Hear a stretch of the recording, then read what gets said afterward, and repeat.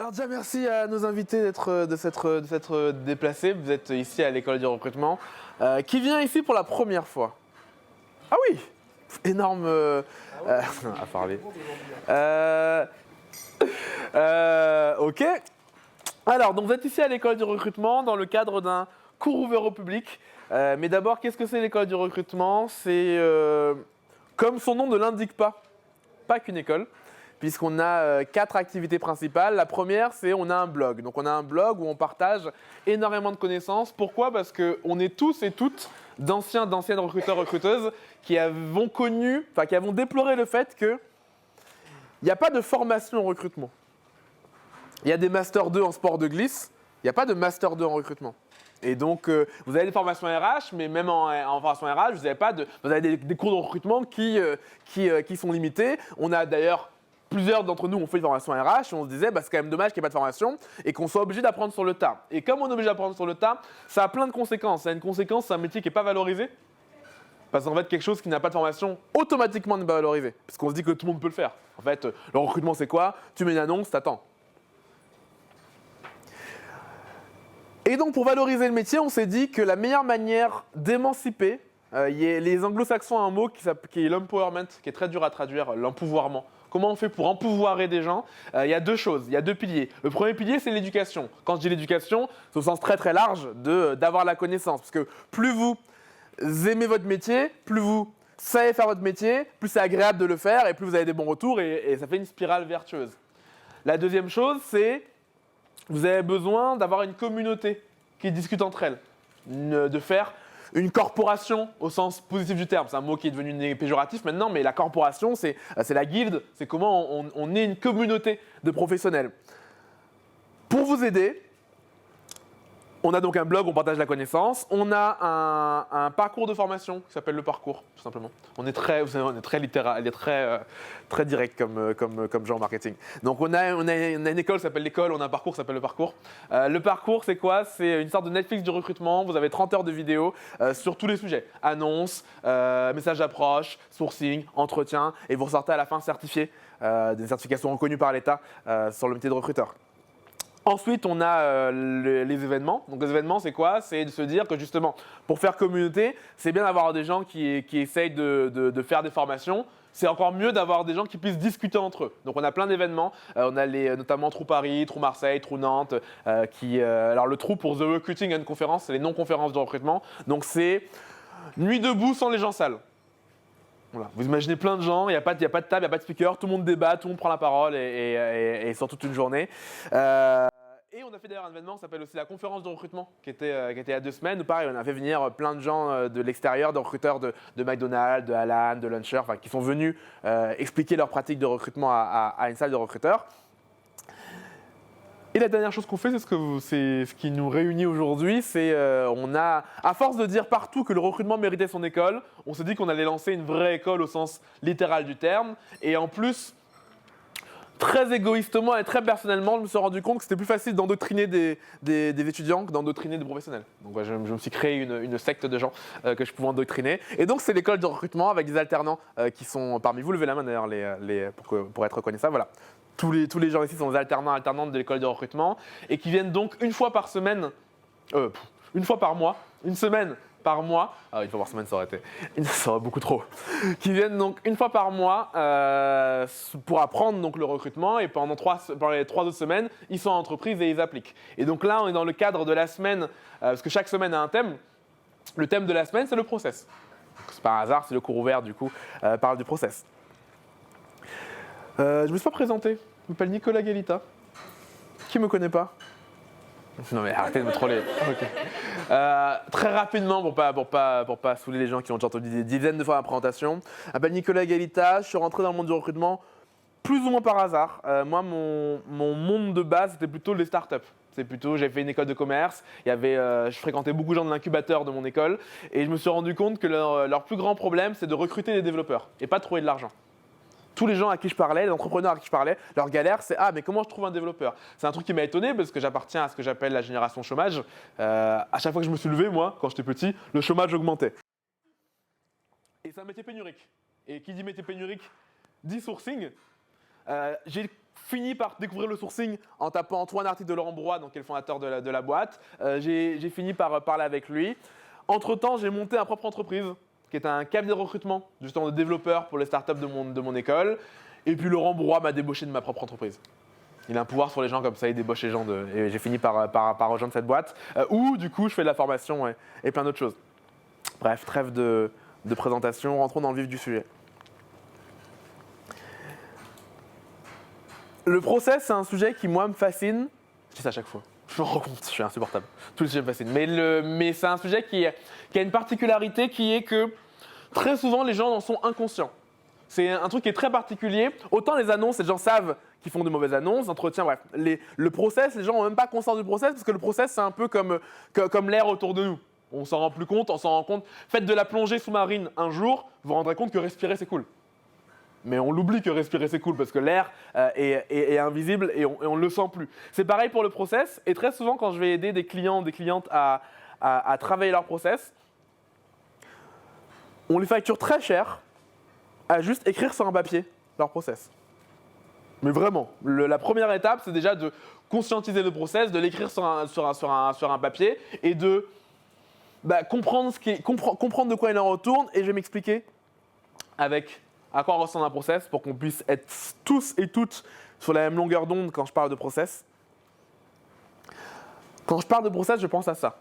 Donc je pense alors j'ai fait la version la plus simple. On peut faire hier des étudiants qu'on en fait un plus compliqué avec des bifurcations qui est très bien fait. Là on va essayer de moins gérer la partie la plus simple, la plus linéaire possible d'un process. Donc ça ressemble à quoi?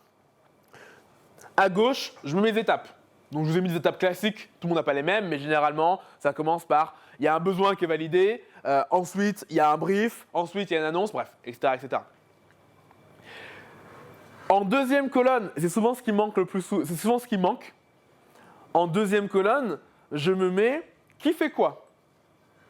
Et c'est fondamental. Je l'ai fait il y a 2 semaines chez un client. Ils ont écrit leur process et à chaque colonne ils m'ont mis recruteur ou manager, recruteur ou manager. Mais j'ai dit mais comment vous décidez? Ah bon on sait pas. Donc deuxième truc très important, lister les 3 interlocuteurs. Et il y a classiquement uniquement 3 interlocuteurs. C'est le manager, c'est la RH et c'est les recruteurs. J'en profite pour vous alerter sur un point fondamental qu'on oublie très souvent. Le recrutement appartient au manager. Le manager est responsable du recrutement. Le recruteur ou la recruteuse, c'est un mandataire. C'est hyper important de l'avoir en tête. Vous êtes là parce que quelqu'un vous délègue une fonction. Un manager peut recruter tout seul. Un recruteur ne peut pas recruter tout seul. Il y a toujours besoin d'un manager qui va intégrer quelqu'un dans son équipe. Donc j'insiste et je réinsiste. Le process appartient au manager. Et c'est important de l'avoir en tête parce que dans la posture qu'on a en tant que professionnel, ça la change. C'est-à-dire que tu es là pour aider un manager à recruter et on verra ce que ça implique tout à l'heure. Troisième colonne qui est facultative parce que je sais que tout le monde n'est pas capable d'avoir les chiffres, mais c'est vraiment hyper utile. Si jamais vous arrivez à avoir en troisième colonne vos taux de conversion, c'est la cerise sur le gâteau. D'être capable de dire, voilà, sur un test technique, il y a 60% des gens qui passent, 40% des gens qui ne passent pas. Sur la précale, il y a 90% des gens qui ne passent pas, etc. etc. Vous avez compris le concept. Ça va jusque-là, j'ai perdu personne? Alors, ça amène aux 10 dysfonctionnements. Je vais faire très vite et après c'est vous qui allez travailler. La première chose qui est évidente, mais ça va mieux en 10 ans, c'est de ne pas avoir de process. En fait, finalement, dans beaucoup d'organisations, on n'a pas de process déterminé. Et on s'en rend compte quand on demande aux recruteurs, aux RH, aux managers d'écrire le process, personne n'est d'accord. Donc, premier grand défaut, juste pas en avoir. Donc, comment on fait pour régler ce défaut? On le conscientise, on l'écrit, et on prend conscience aussi que Le process, il est là pour protéger toutes les parties. Ce que je disais à la conférence il y a 2 semaines. En vrai, vous avez 3 parties. Vous avez le recruteur, vous avez le manager, vous avez le candidat. Les 3 parties gagnent quand le process il est bien écrit. L'expérience candidat elle est meilleure, l'expérience recruteur elle est meilleure, l'expérience manager elle est meilleure. Ça amène au deuxième point. Deuxième dysfonctionnement, c'est quand tout le monde ne connaît pas le process. Et ça, je le vois très souvent. Les recruteurs ont, je ne sais pas s'ils ont honte, je ne sais pas si c'est de la timidité, je ne sais pas si c'est parce qu'ils ne se sentent pas légitimes, ont parfois du mal à, je ne vais pas dire imposer le process, qu'on n'impose pas un process, mais à le conscientiser. Typiquement, à dire, OK, pendant le brief, je vais faire telle chose, je vais t'envoyer tant de candidats, en combien de temps tu pourras me répondre? Et s'engager fermement sur un délai de réponse. Puisque la plainte numéro 1 des recruteurs, c'est « Ah, les managers ne me répondent pas, ils mettent trop de temps à me répondre. » Et vous savez quoi? Je fais une formation il y a 2 semaines à Toulouse. J'ai un client où la cliente avait réuni des recruteurs, des managers et des RH. Et à la fin de la journée d'intervention, il y a un manager qui a dit « Ah, mais c'est ça que ça fait un recruteur. Je comprends pourquoi ils ne me répondent pas maintenant. » Parce que lui, il s'imaginait vraiment qu'il se disait « Les recruteurs, ils se baladent, je ne sais pas ce qu'ils font. » Et en fait, comme vous n'avez pas idée de ce qu'est le process, forcément vos demandes sont irréalistes. Et forcément, vous perdez patience. C'est le cas typique de tu es à l'arrêt de métro, le panneau d'affichage il est en panne. Tu ne sais pas combien de temps le métro va mettre. C'est insupportable. Vous attendez le même nombre de temps. Il y a un monde entre attendre en sachant l'information et attendre sans savoir, être dans le noir. Donc première étape, réussir à mettre un jour tout le monde autour d'une table et s'accorder sur les étapes et réfléchir aussi à quel est l'intérêt de chaque partie, ce qui amène à mon 3e point. Très souvent, trop souvent, le process a été créé sans les parties prenantes. C'est-à-dire qu'il a été créé soit sans les managers, soit sans les recruteurs, soit sans les RH. Et un bon process, comme c'est les règles du jeu, vous avez besoin que les gens s'accordent sur les règles du jeu et que les gens valident les règles du jeu et que tout le monde prenne conscience que les règles du jeu sont là pour les protéger. D'ailleurs, il n'y a rien de plus insupportable que de jouer à un jeu où des gens trichent. Puisque ça dégrade l'expérience de chacun. Si jamais au football, quelqu'un prend la balle avec la main et la met dans le but, c'est plus trop intéressant. Pareil pour tous les jeux. Donc les règles, en fait, elles sont là, même si dans le cadre vous savez, c'est comme le code de la route. Le code de la route, à un moment, c'est chiant. En vrai, c'est chiant quand t'es conducteur, faut s'arrêter au feu rouge, faut s'arrêter pour les piétons. On sait que c'est chiant, mais c'est mieux que l'anarchie. C'est mieux que la situation où on se rentre dedans. C'est pareil pour le process. Faut jamais le voir comme une punition, comme une règle divine et intangible qui vient du ciel, mais toujours comme un truc qu'on a créé ensemble. Comme la loi d'ailleurs. Souvent les gens oublient ce truc sur la loi, c'est que la loi elle est créée par nous pour nous. Parfois je suis dans le débat avec des gens et ils me disent ouais mais c'est légal. Oui d'accord, mais la loi ça se change. Les pires trucs ont été légaux un jour, vous savez. Et donc ça veut dire qu'il y a un moment ou un autre, il va falloir créer le process avec les gens, en discuter avec et se poser. Oh, très bonne transition. Et se poser sur est-ce que vous avez les bonnes personnes au bon endroit? Et ne pas avoir un ego mal placé. La dernière fois, on avait fait justement un débat ici. Il y a une recruteuse qui me disait comment faire pour avoir une valeur ajoutée dans un entretien où je suis avec le manager. Et en fait, je ne sais pas quoi dire. Et je l'interroge un peu, je me rends compte, je lui demande mais c'est quoi le but de l'entretien? Elle me dit c'est valider les compétences techniques. Je lui dis mais toi tu t'y connais en compétences techniques? Non. Qu'est-ce que tu fous dans l'entretien? À quoi tu sers? Alors notez que j'ai pas dit tu sers à rien. Parce qu'elle aurait pu me dire je sers à prendre des notes, à avoir une vision, avoir plus de recul. Elle aurait pu servir à plein de choses. Mais elle n'a pas eu de réponse. Parce qu'elle ne servait à rien en fait. Et donc, il faut vous poser vraiment la question de est-ce que c'est la bonne personne au bon endroit? Typiquement, la valeur ajoutée d'un recruteur, elle n'est pas tout le temps où on pense. Prenons un message d'approche par exemple. Dans plein de boîtes, on part du principe que le message d'approche est envoyé par un recruteur. Il se trouve que les candidats répondent plus quand c'est un manager qui leur écrit. Pourquoi? Parce que c'est un père qui leur écrit. C'est quelqu'un comme eux qui leur écrit. Et il y a une question de légitimité, une question de... Il y a pour plein de raisons, parfois la meilleure personne, c'est pas un recruteur. Et il faut, en tant que recruteur, l'accepter et prendre un pas de recul et dire, en fait, non, tu seras la meilleure personne pour faire cette chose.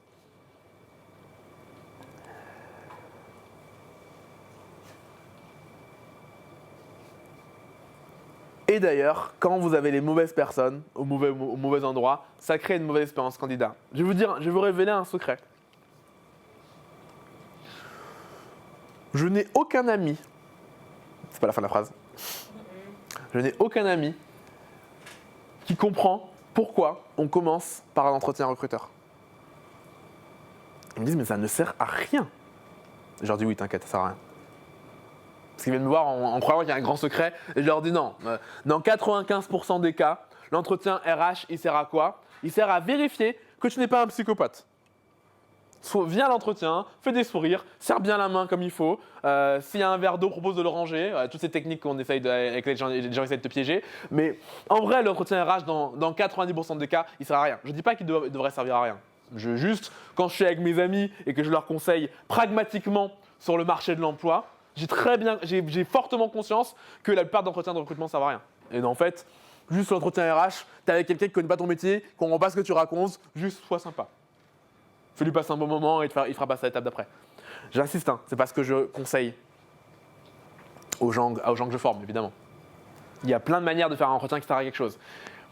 Pourquoi je vous dis ça? Parce que quand même, ça pose la question de qui doit commencer l'entretien. On pourrait dire qu'on commence par un entretien recruteur, hein, mais il faut le justifier. On pourrait dire qu'on commence par un entretien manager, mais il faut le justifier. Et très souvent, les gens aiment bien commencer avec un manager parce qu'ils vont avoir des points de contact à lui dire. L'inconvénient de ça, il est évident, c'est que si le manager commence, il n'y a plus le filtre. Le recruteur, il a aussi un rôle qui va filtrer le flux entrant, et donc il faut aussi qu'il joue son rôle de filtre. À vous de peser le pour et le contre, mais en tout cas, sachez que déjà, rien que avoir conscience du process et l'écrire, ça va augmenter l'expérience candidat. Ça va améliorer l'expérience candidat parce que vous êtes capable de dire à quelqu'un, typiquement, ce qui m'est arrivé récemment. J'avais un candidat qui me disait, donc on recrute pour des commerciaux. Et un candidat me dit, ah mais j'aurai de réponse quand? Je lui dis, voilà le process.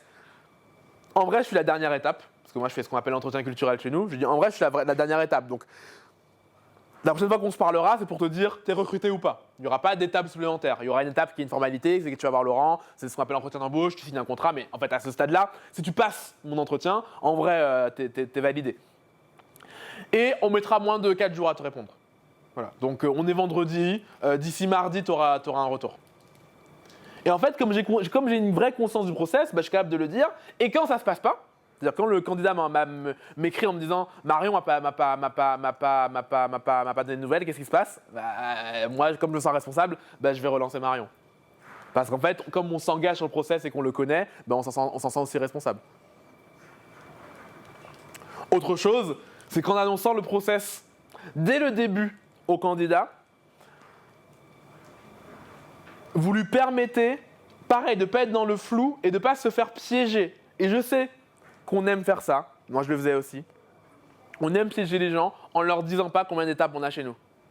Ça permet de ne pas laisser comprendre à la personne qu'en fait, elle est pas passée, elle s'est arrêtée au premier entretien alors qu'il y en avait 4. Et donc on ne lui dit pas et on essaie de préserver son ego, mais en fait, c'est une mauvaise idée. Parce qu'en fait, quand la personne elle connaît le process, elle s'inquiète moins. Quand tu es au 4e, nous il y a 4 entretiens en vrai. Donc quand tu es au 4e entretien, si on t'a pas dit qu'il y aurait 4 entretiens, tu peux, tu sais pas, tu t'inquiètes, tu sais pas. C'est hyper important que la personne puisse savoir où elle en est dans le process. Et puis, plus simplement, c'est juste une question de traiter les gens comme des adultes. Parce qu'en fait, ça permet au candidat de se positionner sur les autres offres qu'il a, savoir combien de temps il a à vous accorder, de se gérer en fait. Alors, point numéro 6.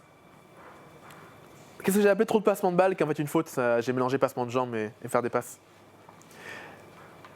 Qu'est-ce que j'appelle trop de passements de balles? C'est, si je vous montre ce schéma, alors les élèves ne répondent pas, vous l'avez déjà vu.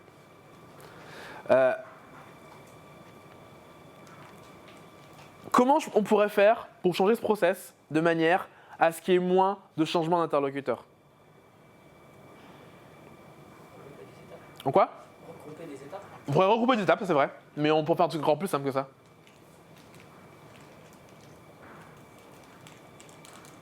Ah, vous voyez, c'est un process où j'ai une étape, c'est un recruteur, recruteur, recruteur, puis le manager fait une étape, puis le recruteur fait une étape, puis le manager fait une étape. Comment on pourrait simplifier ce process? Tu vas faire toutes les étapes du recruteur en même temps et toutes les étapes de manager en tout. Bah comment, concrètement? Bah, on décale les étapes. Laquelle est laquelle? La 6 et la 7. Ah voilà, si on échange l'étape 6 et l'étape 7, ah, je me suis trompé de ça. Ah non, c'est bon. Si on échange l'étape 6 et l'étape 7, hop, d'un coup, j'ai plus qu'un seul passement de balle. J'ai mis en rouge les passements de balle. En rouge, c'est un interlocuteur qui change. Si jamais j'échange la 6 et la 7, alors c'est possible, hein, parfois c'est pas possible. Mais parfois, juste, tu changes l'étape 6 et l'étape 7, boum, il n'y a plus qu'un seul passement de balle. Pourquoi c'est important de faire attention au changement d'interlocuteur? Je ne dis pas qu'il n'en faut pas. Hein. Parfois, vous êtes obligé d'en faire beaucoup. Mais à chaque changement d'interlocuteur réside une possibilité d'un couac. Plus vous avez de joints dans un tuyau et plus il peut. Bref, je fais des métaphores de trucs que je maîtrise pas. Je suis très nul en plomberie. Mais je crois que ça marchait. Mais plus vous avez de changements d'interlocuteur et plus vous avez de chances qu'il y ait un truc, que les délais s'allongent, que quelqu'un n'ait pas reçu un mail, etc., etc. Donc je vous invite à être très vigilante quand vous écrivez vos process, à regarder combien il y a de changements d'interlocuteur et à voir s'il est possible de le changer. Encore une fois, si c'est possible. C'est pas toujours possible. Parfois, vous avez besoin de changer. J'ai perdu personne là-dessus? Ça amène au point numéro 7, qui est le défaut d'engagement. Le défaut d'engagement, il vient de quoi? Il vient de tout ce que j'ai dit précédemment. Il vient d'un process qui n'a pas été créé pour les parties prenantes. Il vient du fait que les gens ne comprennent pas pourquoi le process est comme ça. Et quand ils demandent, on leur dit c'est comme ça et pas autrement, on a toujours fait comme ça. Et en fait, on ne se pose plus la question. Et il vient aussi du fait de ne pas avoir écrit les choses. Typiquement, on a pris le temps. Alors, on n'a pas toujours été exemplaire et on ne l'est toujours pas. Hein, on s'améliore. Vous savez ce qu'on dit, hein, les cordonniers sont les plus mal chaussés. Au début, on faisait comme tout le monde, on faisait des entretiens au feeling. Et je passais 2 heures avec des gens en disant avec 10 millions d'euros, tu ferais quoi? Je faisais ce genre d'entretien. J'ai fait ce genre d'entretien. Il n'y a pas si longtemps que ça, il y a moins de 2 ans. Et en fait, un jour, on s'est dit qu'on allait poser le process. Et donc, on a un document avec des règles décisionnelles. Et dans ce document, typiquement, il y a la règle numéro 1. La règle numéro 1, elle explique qu'est-ce qu'on fait en cas de désaccord. On a décidé que chez nous, les recrutements étaient faits à l'unanimité. Ça ne veut pas dire que tout le monde doit faire comme ça. Hein. Ça veut dire que pour plein de raisons, on a décidé chez nous que le recrutement était fait à l'unanimité. Parce que c'est une petite boîte, on est 10, on a besoin de tous être d'accord, bref. Deuxième règle, on a décidé que pour que quelqu'un soit recruté, il lui fallait un oui enthousiaste. Si la personne n'a que des oui, que des peut-être, que des mouais, elle passe pas. Donc non seulement il vous faut 0 non, mais en plus il vous faut au moins un oui enthousiaste. On a créé ce process parce qu'on s'est rendu compte que nous, notre problème, et le problème de plein d'entreprises, c'est pas de recruter les bonnes personnes, c'est d'éviter de recruter les mauvaises personnes. Alors par mauvaise personne, il est évident que j'entends mauvaise personne dans votre entreprise. Je ne crois pas qu'il y ait des bonnes et des mauvaises personnes. Mais en tout cas, des personnes en adéquation avec votre culture. En fait, c'est facile de trouver la bonne personne. Quand on a mis en place l'entretien structuré chez nous, ça n'a pas changé les coups de cœur. Les coups de cœur, ils passent quel que soit le process. Le process, il sert à éviter justement les erreurs de recrutement où tu es sur un peut-être et tu veux donner sa chance et voilà. Donc on a un document que tout le monde connaît avec des règles sur OK, on fait combien d'entretiens chez nous? Qui fait quel entretien? S'il y a un débat, comment ça se résout? Etc. etc. Et comme le truc il est écrit, j'en sais engage. Et deuxième truc pour avoir un engagement, c'est d'avoir un canal de communication efficace. Vous avez besoin d'avoir un canal de communication efficace. Comment vous pouvez le faire? Premièrement, truc très simple, faites un email de reporting en tant que recruteur. Vous faites semaine N-1, il s'est passé ci, ça, ça. Cette semaine, il va se passer ça, ça, ça. Toi, manager, tu auras ça à faire. Voilà. C'est un email, ça prend 5 minutes, ça prend 10 lignes et au moins, il reçoit le mail ou elle reçoit le mail et elle sait ce qu'elle a à faire. Et elle sait ce qui a été fait. Elle n'est pas dans le noir pendant un moment. Comment on l'a traité chez nous? On a un Slack. Tout le monde voit ce que c'est Slack? Ou je réexplique. Slack? Tout le monde voit? Sûr? On a un Slack et donc on a créé un channel Slack qui s'appelle recrutement. Et dans le channel recrutement, il ne se passe, vous l'avez compris, que des trucs de recrutement. Ce qui veut dire que moi, en tant que manager, Parfois, je suis dans mon opérationnel, des trucs à faire. Quand je vois la notif recrutement, en général, je la traite en priorité parce que je sais que je peux être impliqué. Le fait d'avoir démélangé les canaux de communication, ça permet de savoir que, ok, là, ce canal de communication, il ne sert qu'au recrutement et je suis réactif dessus.